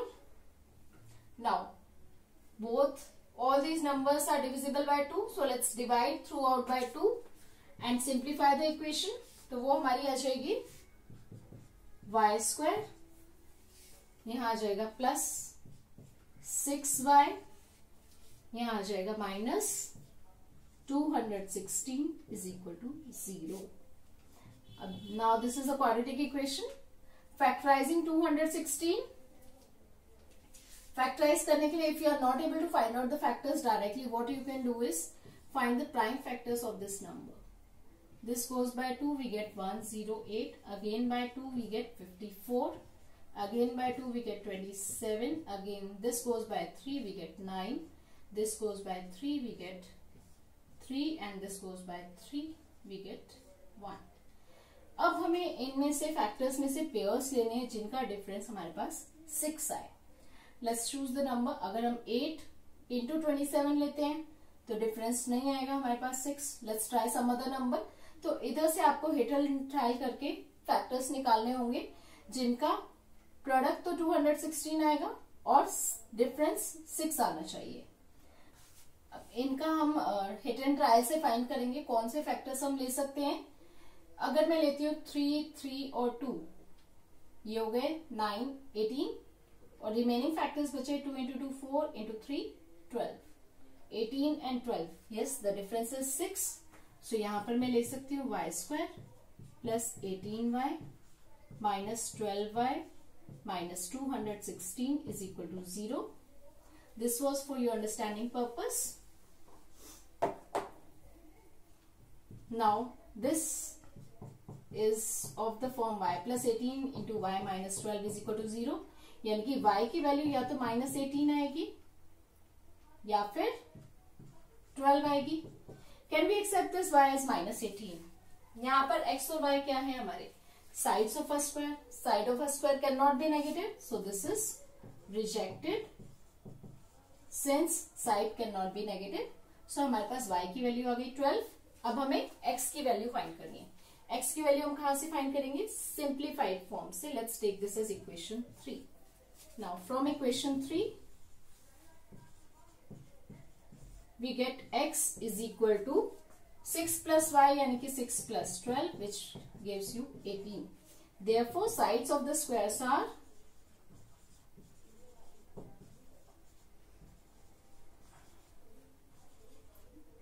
18 meter and 12 meter respectively.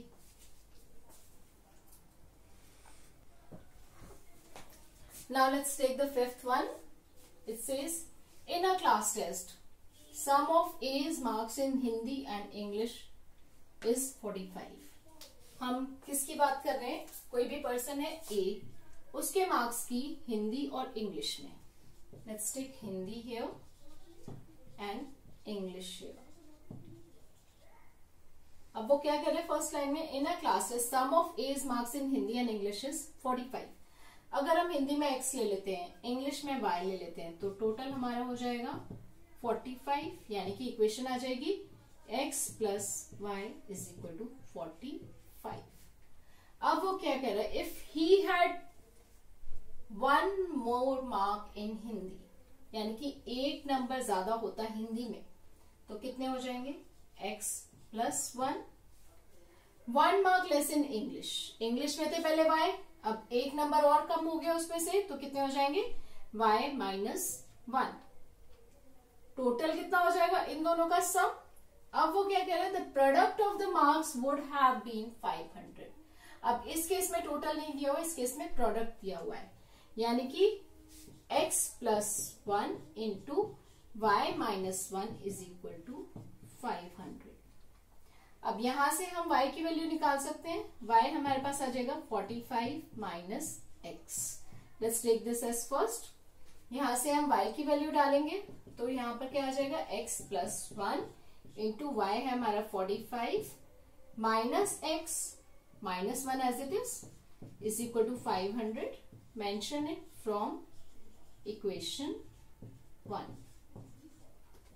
तो यहां से हमारे पास क्या आएगा? ये x plus 1 into 45 minus 1 44 minus x is equal to 500. इसको सॉल्व करेंगे. 44x minus x square plus 44 minus x is equal to 500. Now that becomes 44x minus x is 43x.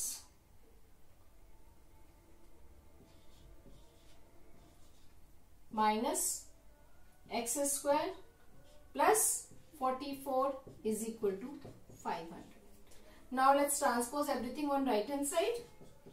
सो हमारे पास आ जाएगा x square minus 43x plus 500 minus 44. How much will it be? It will be 456 is equal to 0. तो ये आ गई हमारी quadratic equation. अब हमें 456 के फैक्टर्स निकालने हैं जिनका सम क्या है 43. And this we have discussed in the last question, how to find out the factors of a bigger number. Prime factorisation निकालो इसके और वहां से ग्रुपिंग करके हम पेयर्स निकालते हैं. So for this the pairs are 24 and 19.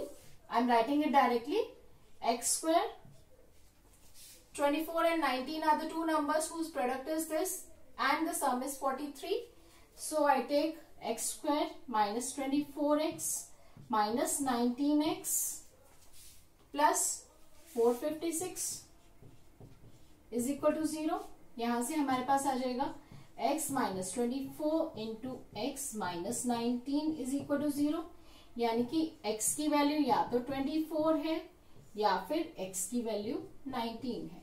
अब x अगर 24 है तो y की वैल्यू कहां से आएगी? फर्स्ट इक्वेशन से. तो y की वैल्यू हो जाएगी 45 माइनस 24. इस केस में कितनी हो जाएगी इसकी वैल्यू? 21. अब x अगर 19 है तो y की वैल्यू हो जाएगी यहां पर 45 माइनस 19. सो इस केस में वैल्यू कितनी आ गई हमारी? 26. सो हमारे पास दो पेयर ऑफ वैल्यूज आ गए. अगर उसके मार्क्स इंग्लिश में 24 हैं तो हिंदी में 21 हिंदी में अगर 24 है तो इंग्लिश में 21 है. हिंदी में अगर 19 है तो इंग्लिश में 26 है. So two pair of numbers we get 24, 21 और 19 and 26 in this case.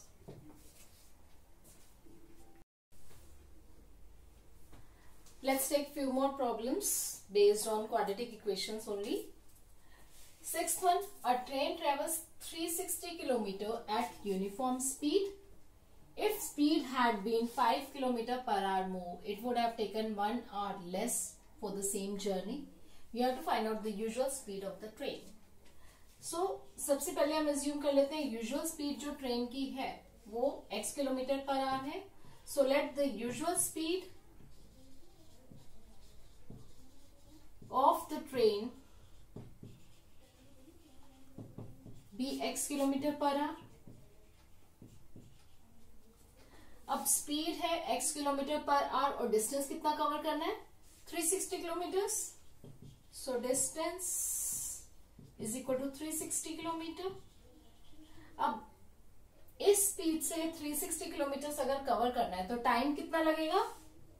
We know the relation between time, distance and speed. Speed is distance upon time, या फिर हम टाइम ले सकते हैं distance upon speed. So time taken in this case, let's take the case as t1, distance upon speed जो कि हो जाएगा हमारा 360 upon x hours.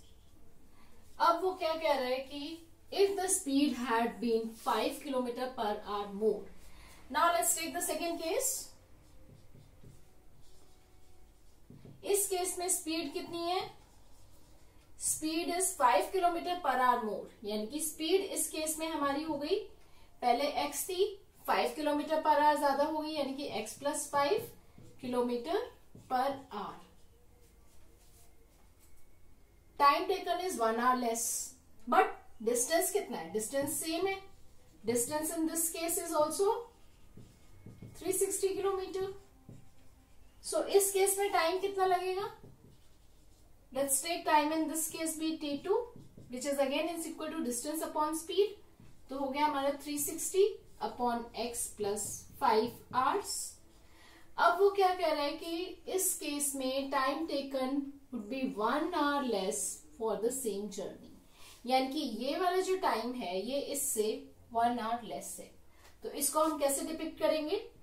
t1 minus t2 is 1 hours.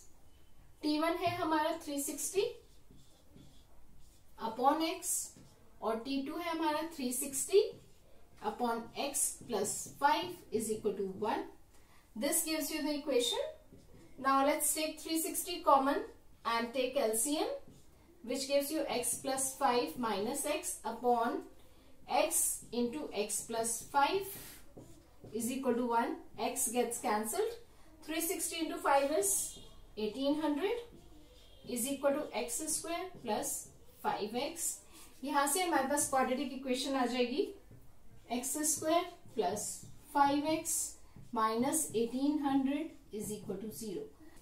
अब हमें इस इक्वेशन को सॉल्व करने के लिए 1800 के फैक्टर्स निकालने हैं जिनका डिफरेंस हमारे पास 5 आएगा. अब 1800 के फैक्टर्स हम क्या ले सकते हैं? डिफरेंस हमें 5 चाहिए, तो सबसे पहला फैक्टर हम 5 ही ले लेते हैं. 5 से 1800 को डिवाइड करेंगे तो क्या आ जाएगा हमारे पास? 360. 360 को फर्दर अगर मैं 3 से डिवाइड करूं आ गया 120. फर्दर अगर मैं 3 से डिवाइड करूं, अच्छा इसमें एक फैक्टर क्या हो सकता है? 5 into 360, this will not work. 5 into 3 15.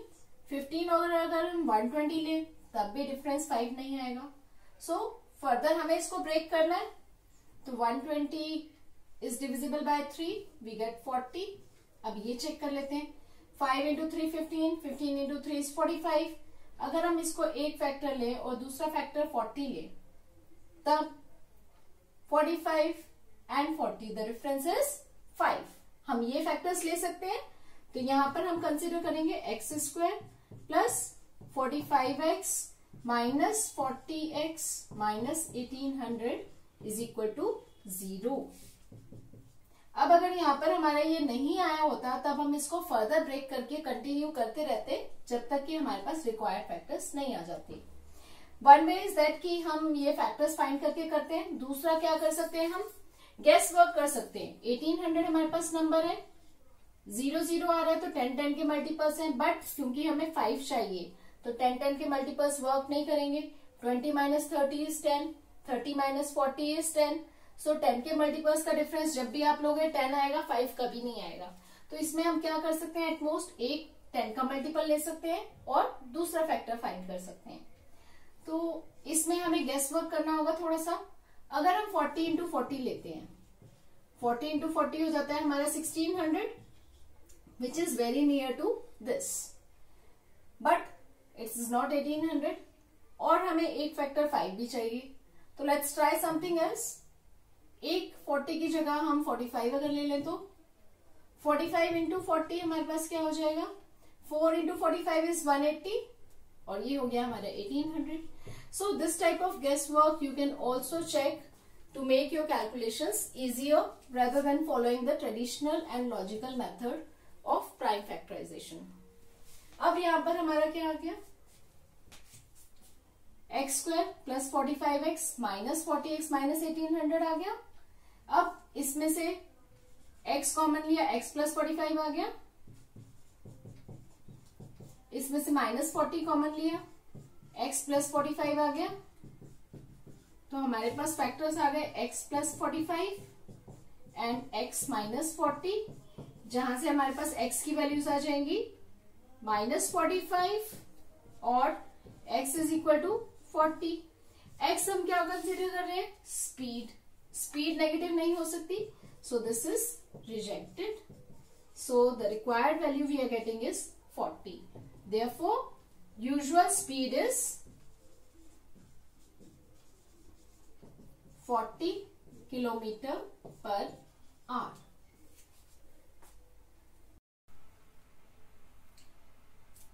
Let's take the next word problem, which says 2 water taps can together fill a tank in 9 3/8 hours. The tap of larger diameter takes 10 hours less than the smaller tap to fill the tank separately. Find the time in which each tap can fill the tank separately. अब question में वो क्या कह रहा है? एक tank है, water tank, जो हमें फिल करना है. अब 2 टाइप के टैप्स यूज हो रही हैं. This one as you can see is the smaller diameter, इसका डायमीटर बड़ा है. अब वो क्या कह रहे हैं कि total time taken by them is 9 3/8 hours. यानी कि दोनों अगर हमारी टैप्स ओपन है तो 9 3/8 which is equal to 72 plus 3 75/8 hours दोनों टैप को फिल करने के लिए लग रहा है टैंक को. ओके, बट अगर वो सेपरेटली अगर हम चलाते हैं यानी कि सिर्फ ये वाली टैप चलाते हैं या सिर्फ ये वाली टैप ओपन करते हैं, तब टाइम ऑब्वियसली डिफरेंट होगा। तो इसका टाइम हम ले लेते हैं, सपोज बिगर डायमीटर वाले का ले रहे हैं x आवर्स और स्मॉलर डायमीटर वाला ले रहा है हमारा y आवर्स। तो वो क्या कह रहा है, the tap of larger diameter takes 10 hour less than the smaller tap, यानी कि x जो हम ले रहे हैं time taken by bigger tap and y जो कि time taken by smaller tap. तो इन दोनों में रिलेशन क्या होगा, x will be equal to y minus 10, यानी कि 10 आवर्स लेस वो टाइम ले रहा है हमारा उसको फिल करने के लिए। अब ये जो कॉन्सेप्ट है, फर्स्ट वाली टैप ले रही है x आवर्स, यानी कि 1 घंटे में वो कितना काम कर रही है 1/x, यानी कि 1/x of the tank fill हो रहा है। Let's take an example to explain this further. अगर सपोज कि ये वाली टैप हमारी ओपन है और ये सपोज इस टैंक को 2 घंटे में फिल कर देती है और इक्वल प्रेशर से पानी आ रहा है, तो 2 घंटे में जब ये टब को या टैंक को फिल कर रही है तो 1 घंटे में कितना टैंक फिल होगा, half in first hour, half in second hour, equal काम होगा। यानी कि 2 घंटे में अगर फिल हो रहा है टैंक तो 1 घंटे का काम कितना हो गया उसका, half of the tank is filled. इसी तरह से अगर ये टैप इस टैंक को 3 घंटे में फिल करती है तो 1 घंटे का काम कितना हो गया, 1/3 of the tank will be filled, so we can say 1/3 of the work is done. Same way अब हमारे पास है XRC वाली टैप ले रही है, तो यानी कि उसका 1 घंटे का काम हो जाएगा 1/x। So work done by this or the amount of tank filled by it will be 1/x in 1 hour. Same way ये वाली टैप हमारा फिल करेगी 1/y of the tank in 1 hour.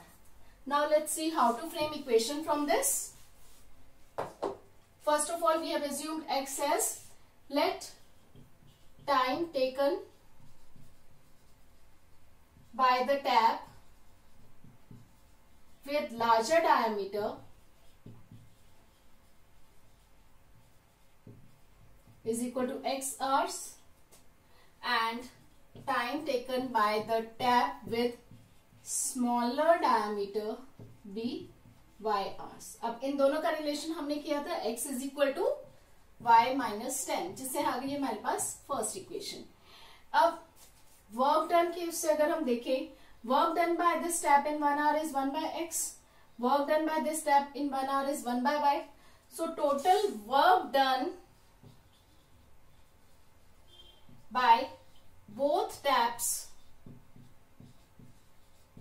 simultaneously in 1 hour कितना हो जाएगा 1/x plus 1/y. अब time कितना लग रहा है टैप्स को 9/3/8 which is equal to 75/8 hours, यानी कि 1 घंटे में अगर वो इतना काम कर रही है तो 9/3/8 आवर्स में कितना काम करेगी वो 75/8 इंटू 1/x प्लस 1/y. अब इतने टाइम में क्या हो रहा है, वो टैंक फुल हो रहा है, यानी कि amount of work which is being done is equal to 1 unit, क्योंकि हमारा टैंक पूरा फुल हो जाएगा और पूरे वर्क डन को हम 1 यूनिट लेते हैं। सो यहां से हमारे पास ये इक्वेशन आ गई। इसको फर्दर सिंप्लीफाई करेंगे, हमारे पास आ जाएगा 1/x plus 1/y is equal to 8/75। Now अब x की वैल्यू हमारी y माइनस 10 है, सो यहां से हम यहां सब्स्टिट्यूट कर देंगे 1/y minus 10 plus 1/y is equal to 8/75. This is from equation 1.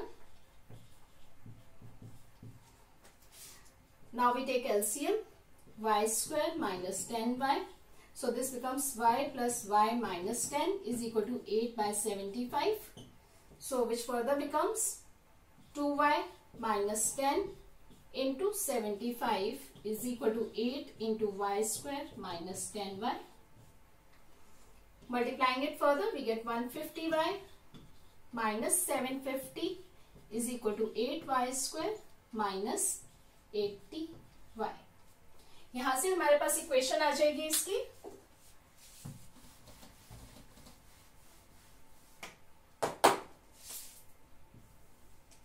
So here we get, I'm writing this again, 150y minus 750 is equal to 8y square minus 80y. So transposing everything on right side, 8y square minus 80 minus 150 हो गया minus 230y plus 750 is equal to 0. Each term is divisible by 2, so we are dividing throughout by 2. We get 4y square minus 115y plus 375 is equal to 0. Now we need to split the middle term. Here the product is 375 into 4, which is equal to 1500. So we have to find factors of 1500 to get the middle term, which is 115. So here we can take the factors 15 and 100. Since it's negative, we take both negative factors minus 15 and minus 100. So here we get 4y square minus 15y minus 100y plus 375 is equal to 0. Now here y is common. What is left is 4y minus 15. Here 25 is common.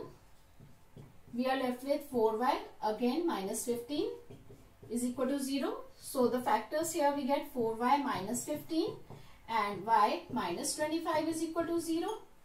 Equating each factor to 0, we get roots of the equation. So y is either equal to 15 by 4 or y is equal to 25. Now when y is 15 by 4, x is equal to y minus 10. So x is equal to 15 by 4 minus 10. Taking LCM 4, we get 15 minus 40, which is equal to minus 25 by 4, which is less than 0. And x is the time, cannot be negative. So this is not possible. Let's look at the other option we have. When y is 25, x is equal to y minus 10, 25 minus 10. So which is equal to 15. So here we get the answer. X is 15 and y is 25. So x is equal to 15 hours and y is 25 hours. So time taken by the larger diameter tap is 15 hours and time taken by the tap with smaller diameter is 25 hours. And further, whenever there is a word problem, just ensure you are mentioning the variable you are using in the beginning. ये mention करना ही है आपको. और last में I am leaving answer at x and y. You have to write answer in the statement form. Like here x and y depicts the time taken by the taps. So answer line is required which carry marks. So you must write that the time taken by tap with larger diameter is 15 hours and time taken by tap with smaller diameter is 25 hours. And this you have to write in all the answers wherever you are dealing with the word problems. Here I have skipped because there is no space to write all the statements, but you must write in exams. So these are small tips and this covers my chapter for quadratic equations. Hope you are able to understand each and every concept which is being taught. Thank you. We really hope that you liked our video as well as gained some useful info. We will continually post more and more interesting and informative videos in the upcoming future. So, please share our videos as much as possible. Hit the like button, subscribe to our channel, and don't forget to press the bell icon.